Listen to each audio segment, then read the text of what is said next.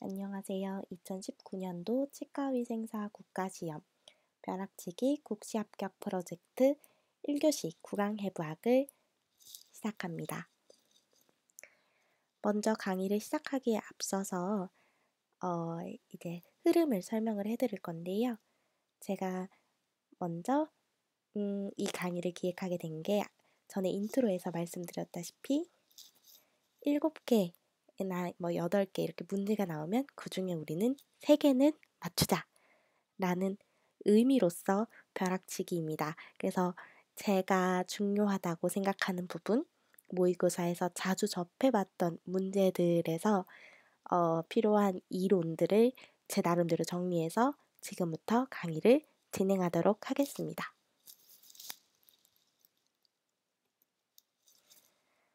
아휴, 처음부터 되게 외우기 싫은 것들이 많이 나왔잖아요.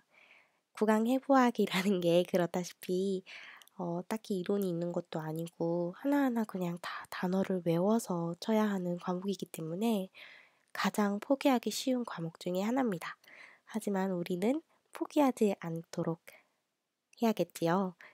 그래서 이제 어, 이 모든 것이 먼저 귀찮다고 보지 마시고 어, 그나마 제가 이 중에서 반드시 알아야 되는 키포인트들을 별표로 빨간색으로 표시를 해놨으니까 다는 못 외우겠다 싶으면은 제가 별표해준 부분만 외우시면 적어도 한 문제는 맞을 수 있지 않을까 싶습니다.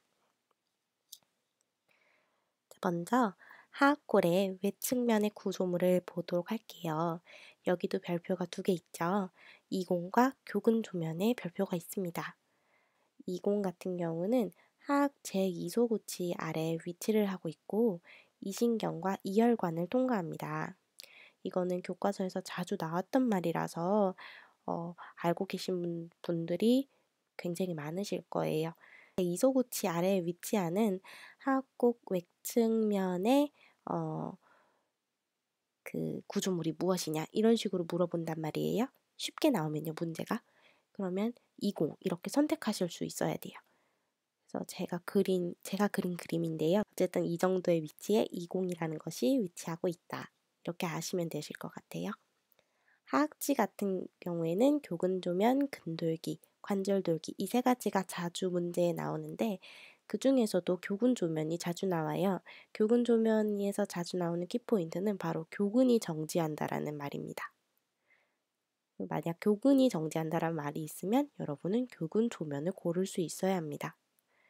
근돌기는 앞에 있는 것, 관절돌기는 뒤에 있는 것 이렇게 생각하시면 외우기 쉬우실 거예요. 다음으로 넘어가서 하악곡 내측면의 구조물을 말씀드릴게요. 여기서도 별표가 2개 있는데요. 이 모든 것이 외우기 어렵다 하시면은 제일 중요한 익돌근화와 익돌근 조면을 외워주시기 바랍니다. 설명은 일단 해드릴게요. 하악체에서는 이복근과 아기복근 전복이 부착하는 곳이 있고요. 그리고 하악지에서는 하악공, 익돌근화, 익돌근 조면 이렇게 3가지가 있습니다. 하악공에서는 하치두신경과 혈관을 통과하는 거고요. 익돌근화와 익돌근 조면을 외우는 방법을 지금부터 알려드리겠습니다. 문제에서 외측 익돌근이 부착하는 부위가 어디냐 이렇게 물어보면 이게 익돌근 Y인지 익돌근 조면인지 선택할 수 있어야 하는데요. 이럴 때 외울 때는 역시 단순하게 외우는 게 가장 쉽습니다. 키포인트를 만들어서 외, 와, 내, 족 이런 식으로 외워두기만 하면 외측 익돌근이 부착한다? 그러면 외와니까 익돌근화. 내측 익돌근이 부착하는 곳이 어디냐? 이렇게 물어보면 내조니까 익돌근 조면. 이렇게 외우시면 되겠습니다. 이제 3번째 상악골 구조물을 설명해 드릴 건데요. 굉장히 많아 보이지만 하나하나 따져가면은 별로 외울 게 없으실 거예요. 먼저 앞면, 측두하면, 안하면으로 나뉘는데 보험을 하셨으면 익숙하실 표현들이 굉장히 많아요.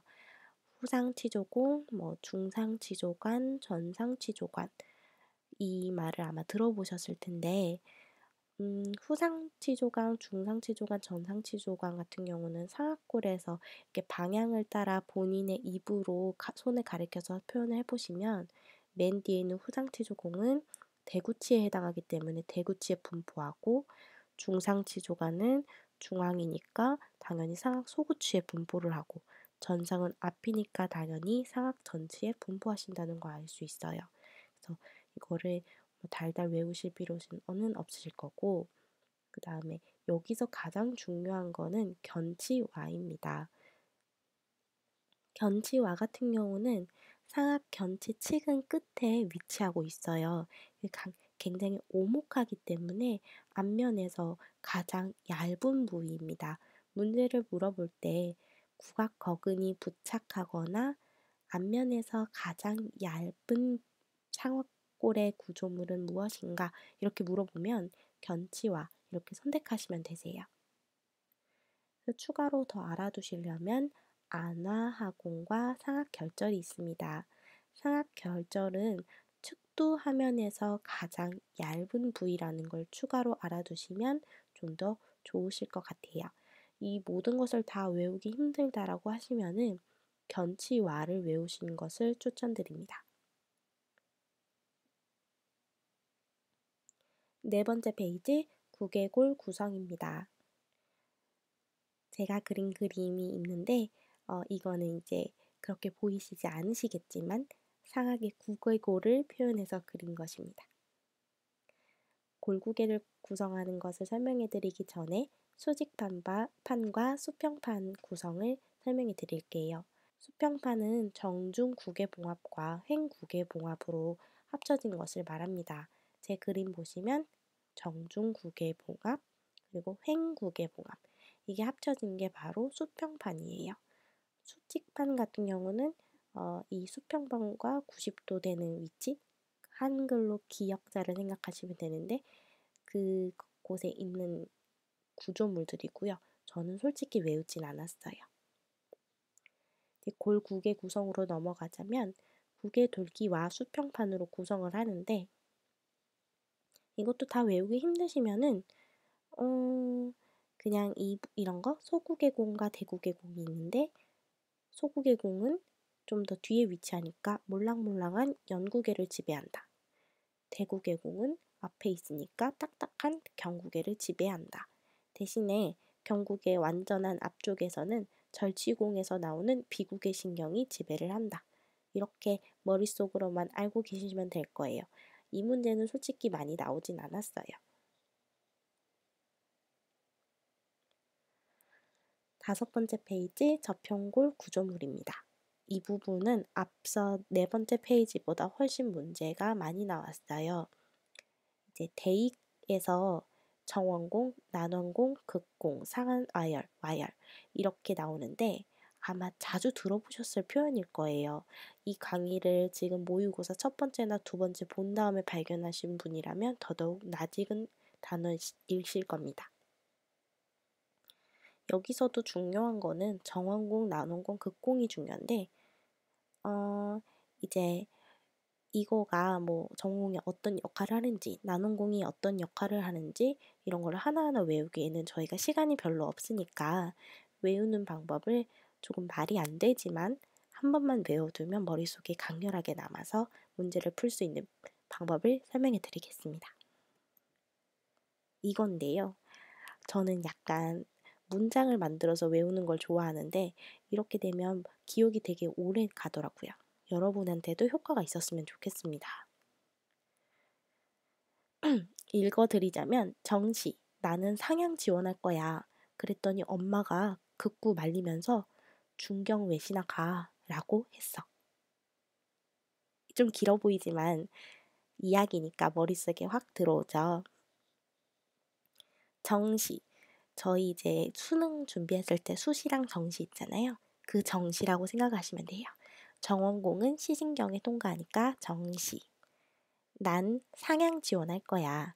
난 상악신경의 상 해서 난 상향 지원할 거야. 그랬더니 엄마가 극구 말리면서 극공의 극 중경 외시나 가. 중앙대 경희대 외대 시립대 나가. 이렇게 말했어. 중격막 동맥이지만 중경이라고 외워두면 좀 더 쉽겠죠? 그리고 상완화혈에서는 여러 가지 신경이 통과하지만 저는 외우지 않았습니다. 익상돌기에서는 외측 익돌판이 제일 중요해요. 나머지도 있지만 이 두 가지를 키포인트로 가져왔는데요.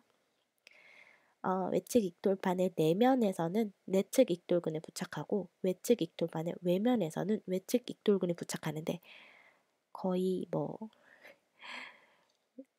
새창 새청창살이 어쩌고 저쩌고 그런 느낌이죠. 이거를 문제에선 어떻게 나오냐면 반드시 내면인지 외면인지가 나옵니다. 문제에서 외측 익돌판의 내면에 위치하는 것은 그러면 내측 익돌근. 앞에 있는 외측 익돌판에 대한 단어는 볼 필요가 없어요. 뒤에 있는 내면이 나오나 외면을 물어보나가 중요한 거예요. 앞에 외측 익돌판의 외에 어, 혼란을 겪으시면 안 됩니다. 그래서 앞에 거는 빼고 내면에 위치하는 것은 무엇이냐? 이러면 내측 익돌근 부착. 외면에 위치하는 것은 무엇이냐? 외측 익돌근 부착. 이렇게 외우셔야 됩니다.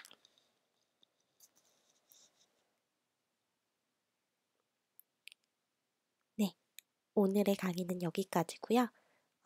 제가 여전히 감기에 걸려 있어서 중간중간에 목소리가 듣기 힘드셨을지도 모르겠네요. 어, 다음에는 건강한 모습으로 볼 수 있게 꼭 노력해서 돌아오도록 하겠습니다. 오늘의 첫 강의 어떠셨나요? 한 번에 끝까지 구강협박을 다 하면은 힘드실 것 같아서 오늘은 딱 이 정도 범위에서 끊고 다음 범위는 다음 강의에서 이어서 하도록 하겠습니다. 수고하셨습니다.